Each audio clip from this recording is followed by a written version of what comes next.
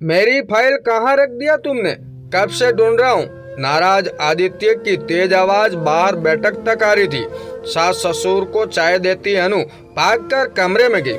पूरी अलमारी पलटकर बिस्तर पे फैली हुई थी। क्या ढूंढ रहे हैं आप? आदित्य। बेवकूफ औरत, कब से आवाज लगा रहा हूँ, अब आ रही हो। मेरी लाल वाली फाइल कहाँ रख दी तुमने? आपने मुझे कब दी? आश्चर्य से अनु बोली। और ये क्या हालत बना दी कमरे की आपने? मुझसे बहस मत करो। फाइल नहीं मिली तो ये सब बाहर फेंक दूंगा। एक मिनट रुकिए, मैं ढूंढती हूँ।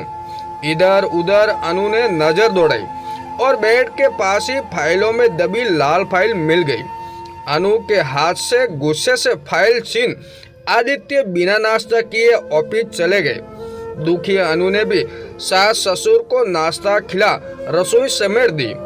अनु और आदित्य की शादी को कुछ समय ही हुआ था। हर तरह से संपन्न ससुराल देख अनु के पापा ने अपनी लाडली की शादी की थी। आदित्य इकलौता बेटा था। घर का एक बड़ी ननद थी जिनकी शादी हो चुकी थी। ससुर जी भी नौकरी से रिटायर हो चुके थे। किसी बात की कोई कमी ना थी, लेकिन फिर भी अनु खुश नहीं थी। कारण आदित्य का व्यवहार था।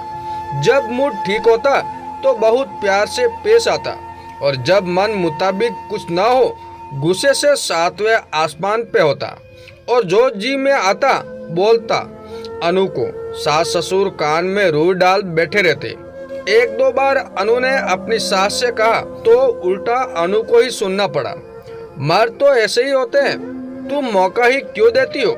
शांत स्वभाव अनु घर में क्लेश ना हो ये सोच चुप लगा जाती। बिस्तर पे लेटी सुबह की घटना के बारे में सोच रही थी कि फोन की घंटी बजी।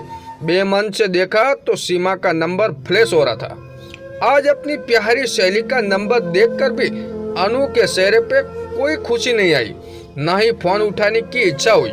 थोड़ी देर बाद वापस रीना का कॉल आया तो अनु ने ये सोचकर कि कोई जरूरी काम तो नहीं, फोन उठा लिया। दूसरी तरफ हमेशा की तरह सेकती सीमा थी। कैसी है अनु?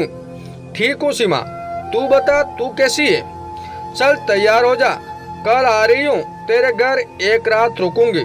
कुछ ऑफिस का काम तेरे ही शहर में निकल गया है, चल कल मिलती हूँ। और सीमा ने फोन रख दिया। अनु को कुछ कहने या मना करने का मौका ही नहीं मिला। शाम को आदित्य घर आए तो गरम गरम समोसे और जलेबी लेकर आए। हाथों में समोसे जलेबी का पैकेट देख अनु समझ गई अभी मूड ठीक था आदित्य का।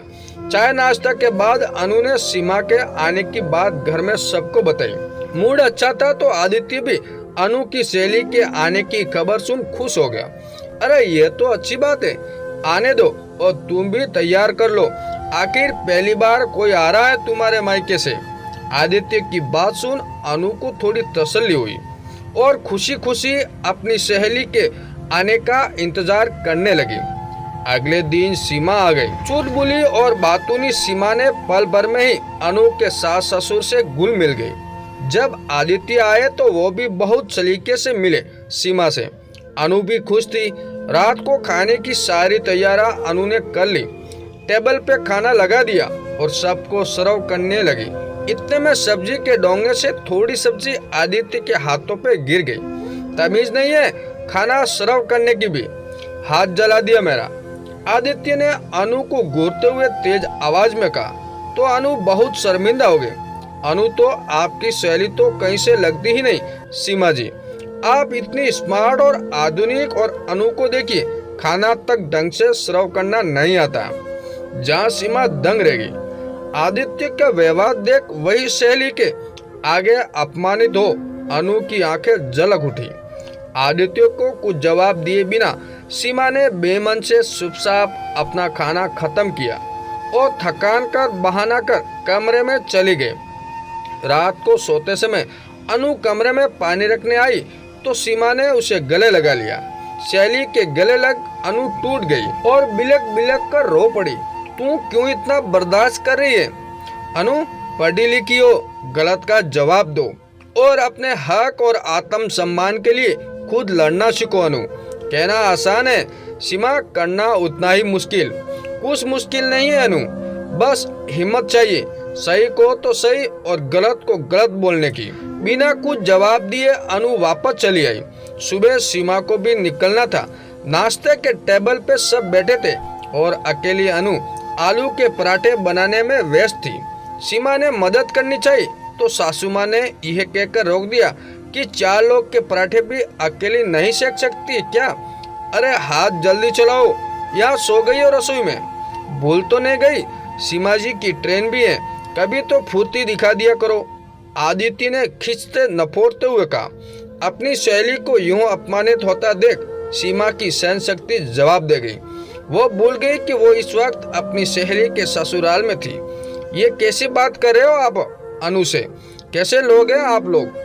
और आदित्य जी, क्या आपको इतनी भी समझ नहीं कि अनु आपकी पत्नी है, कोई नौकरानी नहीं? मैं कहती हूँ ऐसे तो कोई नौकरानी से भी बात नहीं करता। जब मेरे सामने आप ऐसा व्यवहार कर रहे हो तो मेरे पीछे क्या करते होंगे? चुप हो जा सीमा। क्रोधित सीमा को अनु सूप कराने लगी। मैं क्यों सूप हूँ अनु? ऐसी शैली बनाती हो बहू तुम? जरा भी तमीज और संस्कार नहीं है इसे। समझा दो अपनी शैली को कि वो सिर्फ मेहमान है और मेहमान दूसरे के घरों के मामले में नहीं बोलते। सीमा की बातों में बौखलाई सासू माँ ने अनु को ही डांटना शुरू कर दिया। तमीज और संस्कार मुझ में है, तभी कल से सूपो माँ जी। अगर तमीज सिखानी है तो अपने बेटों को सिखाए, आप मुझे नहीं। जिसे इतनी भी समझ नहीं है कि अपनी पत्नी से कैसा व्यवहार किया जाता है। और आप सब सुन ले, खासकर आदित्य जी, आप अनु आपकी पत्नी है, उसे उसके हिस्से का मान सम्मान तो आपको देना ही होगा, वरना मैं एक समाज सेविका हूँ और घरेलू हिंसा से पीड़ित महिलाओं के लिए ही मैं काम करती हूँ। आगे आप खुद समझदार हैं कि मैं क्या कर सकती हूँ और क्या नहीं। और अनु, तुम पढ़ी लिखी आधुनिक लड़की हो, इस तरह हर वक्त ससुराल वालों और पति के तानों को सुनकर कब तक रहोगे? आधुनिक सिर्फ कपड़े और रहन सहन से नहीं, आधुनिक विचारों से भी होना चाहिए। आदित्य जी, अनु आपकी पत्नी है और एक पत्नी का हक होता है पत्नी का मान सम्मान पाना। पत्नी कोई पैसिंग बैग नहीं कि जब चाह अपना गुस्सा और तनाव उस पर निकाल दिया। सीमा की बात सुन आदित्य बेहद शर्मिंदा उठा। अपनी गलती उसे साफ साफ दिख रही थी। सीमा तो वापस अपने चेहर चली गई, लेकिन जाते जाते आदित्य को सच्चाई का आईना दिखा गई। साथ ही अपनी सहेली के जीवन को वापस खुशियों से भर गई।